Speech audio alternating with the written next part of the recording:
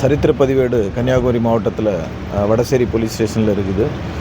அந்த நபர் 3 கொலை வழக்குகள், அதே போல் 2 அட்டெம்ப்ட் டு மர்டர் கேசஸ், அது தவிர மற்றபடி வழிப்பறி இது மாதிரியான வழக்குகளில் சம்மந்தப்பட்டுள்ள நபர்.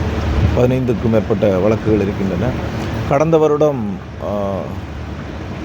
இந்த ரேஸ்கோர்ஸ் காவல் நிலைய சரகத்திற்கு உட்பட்ட பகுதியில் நடந்த கொலை வழக்கில் முக்கிய குற்றவாளி.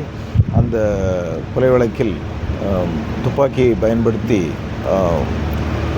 அந்த கொலையில் துப்பாக்கியும் பயன்படுத்தப்பட்டிருந்தது. துப்பாக்கி கைது செய்யப்பட்டிருக்கின்றன. இது போன வருஷம் ஆரம்பத்தில் நடந்தது. அதன் பிறகு தொடர்ந்து இந்த ரவுடிகள் கொலை குற்றவாளிகளை கண்காணித்து வந்து கொண்டிருக்கின்றோம். இந்த சூழலில் அந்த வழக்கில் புலன் விசாரணை முடிந்து குற்றப்பத்திரிகை தாக்கல் செய்யப்பட்டு நீதிமன்ற நிலுவையில் இருந்தபோது நீதிமன்றத்தில் ஆஜராகாமல் அவருக்கு பிடிக்கக்கூடிய, அதாவது NBW நான் பெயிலபிள் வாரண்ட் வழங்கப்பட்டிருந்தது, நீதிமன்றத்தால் வழங்கப்பட்டிருந்தது. அதற்கான தனிப்படை அமைத்து SI கார்த்திக் தலைமையில் தனிப்படை அமைக்கப்பட்டு அந்த நபர் பல்வேறு இடங்களில் அவர் கடந்த 3-4 மாதங்களாக தேடி வருகின்றார்கள் காவல்துறையினர். இதில் ஒரு 15-20 நாட்களுக்கு முன்பு அந்த நபர் வேறு மாநிலத்தில் தங்கியிருப்பதாக தகவல் தெரிந்து அங்கும் தனிப்படை சென்று தேடிய போது அங்கிருந்து தப்பிவிட்டார்.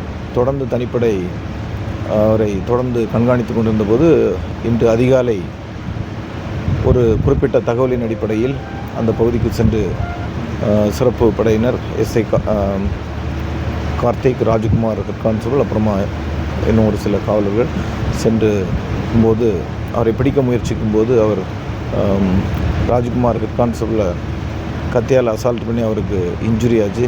இமீடியட்டாக ஏற்கனவே அவர் கொலை குற்றவாளியாக இருப்பதால் காவலர்களை தாக்கி அவர்களை கொல்வதற்கு வாய்ப்பு இருக்கிறது என்ற ஒரு அடிப்படையில் அந்த நபரை துப்பாக்கியால் SI கார்த்திக் 3 முறை சுட்டு 2 ஷாட் காலில் பட்டிருக்குது. உடனடியாக மருத்துவமனைக்கு எடுத்து செல்லப்பட்டு GHல அட்மிட்டில் இருக்கிறாரு. காயம்பட்ட ஹெட் கான்ஸ்டபிளும் ட்ரீட்மெண்ட்டில் இருக்கிறாரு. இதுக்கு வழக்கு பதிவு செய்து விசாரணை நடைபெற்று வருகிறது. முன்னெச்சரிக்கை நடவடிக்கை நம்ம எப்படி மானிட்டர் பண்ணுறோம்? 2 விதமாக மானிட்டர் பண்ணுறோம். ஒன்று சரித்திர பதிவேடு உள்ள குற்றவாளிகள் யார் ஆக்டிவாக இருக்கிறாங்க அப்படிங்கிறத தொடர்ந்து கண்காணித்து யார் ஆக்டிவாக இருக்கிறாங்களோ அவங்களுக்கு தடுப்பு நடவடிக்கைகள் எடுத்து வருகின்றோம்.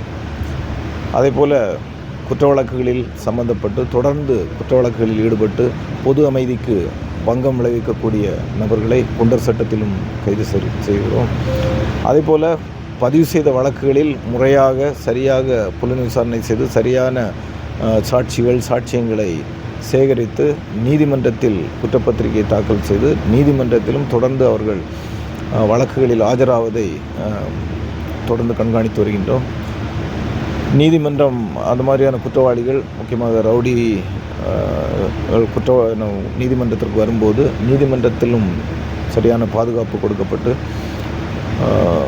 அங்கேயும் எதுவும் குற்றங்கள் நடந்துவிடக்கூடாது என்பதையும் முன்னெச்சரிக்கை நடவடிக்கையோடு எடுத்து வருகின்றோம்.